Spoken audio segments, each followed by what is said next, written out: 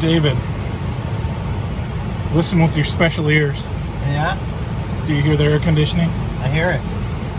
It's the sound of cool. We just got out of Don't Breathe. Two. And Bonkers. Absolutely insane. Absolutely insane.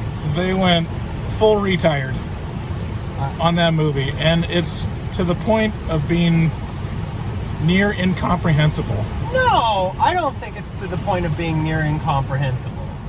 I think they were like, we're going hard on this, and now and so buckle the fuck up, like it's RoboCop 2, but like now, like it's even more. It's like, oh, this, you think it's incomprehensible? Yeah. I mean, in terms of what they're going for, like, I think at every 10-minute interval in this movie, I was asking myself, what am I supposed to be thinking right now? Like, what's the takeaway? What's the actual storyline of how they talk about there's plot and then there's story. Like, you can have a movie where one thing after another happens. Yeah. Like, this happens, and then that happens, and then that happens. And then that's not the same as having a story to where it's like, this happens, therefore that happens, and that causes that to happen. But also, more importantly, with a story, it's supposed to have an arc of and a protagonist that you care about. Yeah, this is definitely a John Wick sort of scenario. I mean, actually, the arc in John Wick is very simple, and it makes sense. Well, it's very simple in this too. It's just it's not apparent until halfway through. Is it simple? Oh my God, yes. I mean, it's simple in the fact that just everyone's going to kill each other, and that's that.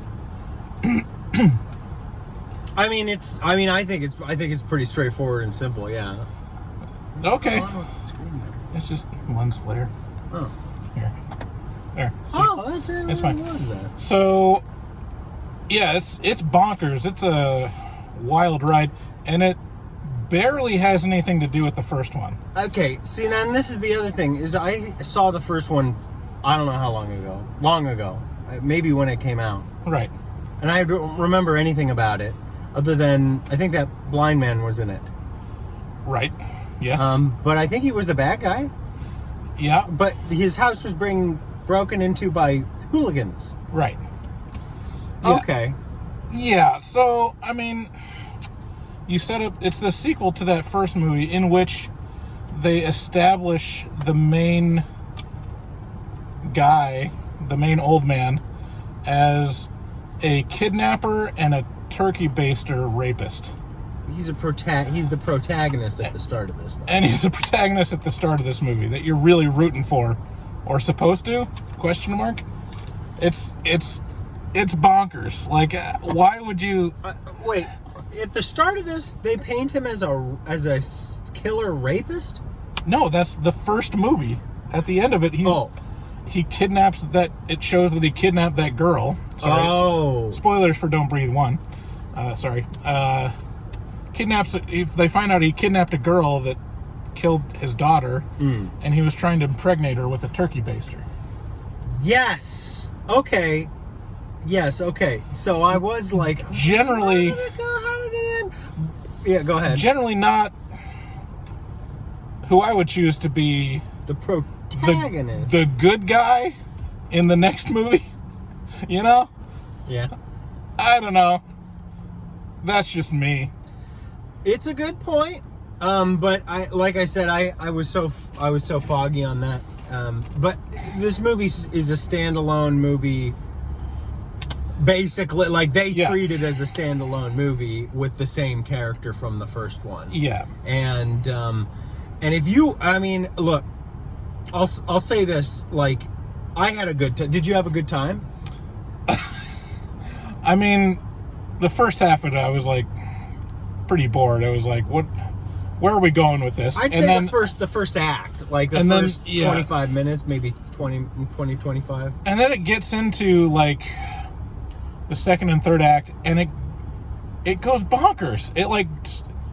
It has all these reveals and switcheroos that are like so arbitrary and like don't really make sense. I like in the context. I like how absolutely committed to depravity this movie was. Like, it was so gross. Like, the concepts in this movie were disgusting. Yeah. Like, and the characters. And then you have, like, the antagonist, like, the bad guy is like this, is basically just Tim Robbins as a bad guy. and he was so evil. It was, the concepts in this were so fucking bonkers and gross. Like you weren't rooting for anyone but maybe the little girl, and even then you're like, it's probably for the best if she just dies. It was, she had a hard knock life, dude. Dude, the only thing I learn about movies that are set in Detroit is like, fuck that. Like, woo! Just like, don't be from Detroit. I'll tell you what, the ironic thing is, the happiest people in the movie are the orphans. They're like, things are great. We're at the orphanage. What's your name? Phoenix. I'm gonna rise from the ashes. It's like, wow. So, I don't know. I mean, would you recommend people see it in the theater? Oh my God, yes. Yes. I'm gonna say pass. Like, wait, you can wait. Like, if you loved the first Don't Breathe, like, I don't even know if there's enough for this to be like the motivator. This is like the horror movie the horror action. It's like a horror action movie. It's mostly like Die Hard in an old abandoned house. It's like John Wick. Like, it feels like John Wick. Well, yes, there's the elements of John Wick. It's like a reverse home invasion movie. Yeah. Well, no, it's actually just a home invasion movie. No, the first one was like a reverse home invasion movie. But anyways, I wouldn't recommend seeing it in the theater. You could. Wow. I would say you could wait. It's. Wow, I'm so surprised. I don't know. It's just like no really redeeming qualities about it.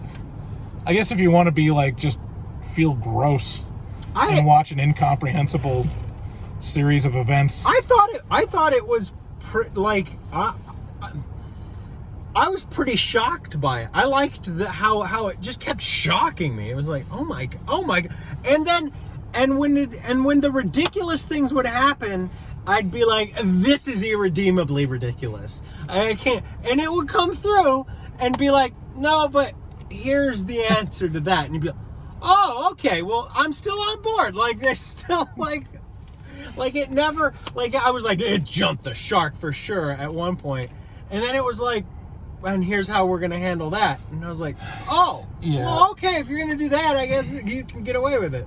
Yeah, I mean, it keeps stacking it on top of itself.